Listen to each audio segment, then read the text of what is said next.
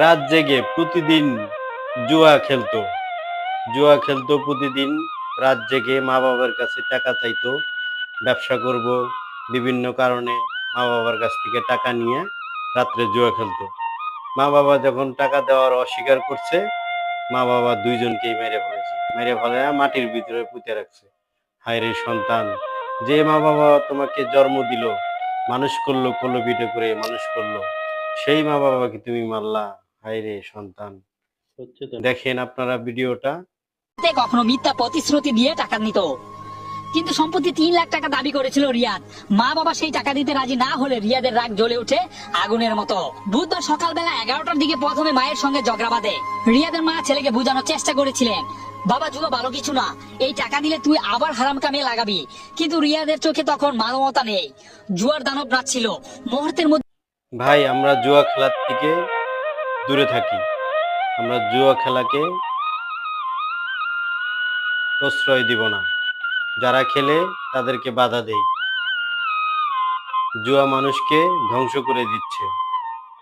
একটা ফ্যামিলি, একটা পরিবার নিঃস্ব হয়ে যাচ্ছে এই জুয়া খেলায়। সবাই আমরা জুয়া থেকে ফিরে আসি। জুয়া যাতে কেউ না খেলে ভাই। জুয়া খেলার এমন খারাপ, স্ত্রী সন্তান মা বাবা কাউকেই মানতেছে না। এই জুয়া এমন একটা নেশা, জুয়া থেকে সবাই আমরা বিরত থাকি। না, তারপর এক পর্যায়ে ঠান্ডা স্বরে বলে, আমি তাদেরকে মেরে ফেলেছি। চারপাশের বাতাস থমকে যায়, গ্রামের মানুষ ছুটে আসে, পুলিশ খবর পায়। বিকেল 5:30টার দিকে পুলিশ এসে ঘরের মেঝেতে খুঁড়ে তুলে আনে মা বাবার মৃতদেহ। পুরো গ্রামে কেঁপে উঠলো।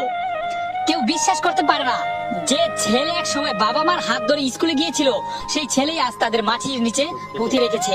ময়মনসিংহের অতিরিক্ত পুলিশ সুপার আব্দুল্লাহ আল মামুন জানান, প্রাথমিকভাবে আমরা জানতে পেরেছি রিয়াদ টাকা চাইছিল ব্যবসার কথা বলে, কিন্তু আসলে সেই অনলাইন জুয়ার নেশায় আসক্ত ছিল। জিজ্ঞাসাবাদের পর বিস্তারিত জানা যাবে। বাঁশকুড়ি গ্রামের মানুষ আজও বিশ্বাস করতে পারে না জুয়ার নেশা মানুষকে এতটা অমানবিক, এতটা নিষ্ঠুর করে তুলতে পারে। মা বাবার প্রতি যে ভালোবাসা জন্মের পর থেকেই বুকে গেঁথে যায়, সেই ভালোবাসা এক মোবাইলের পর্দায় জুয়ার নামের দানব গ্রাস করে ফেলেছে। এই গল্প কোনো সিনেমা নয়, এটি বাস্তবের চেয়ে ভয়ঙ্কর এক সত্য। রিয়াদের গল্প তাই এক ভয়ঙ্কর শিক্ষা। যখন মানুষ নেশার দাস হয়, তখন সে নিজের রক্তকেও হত্যা করতে পারে।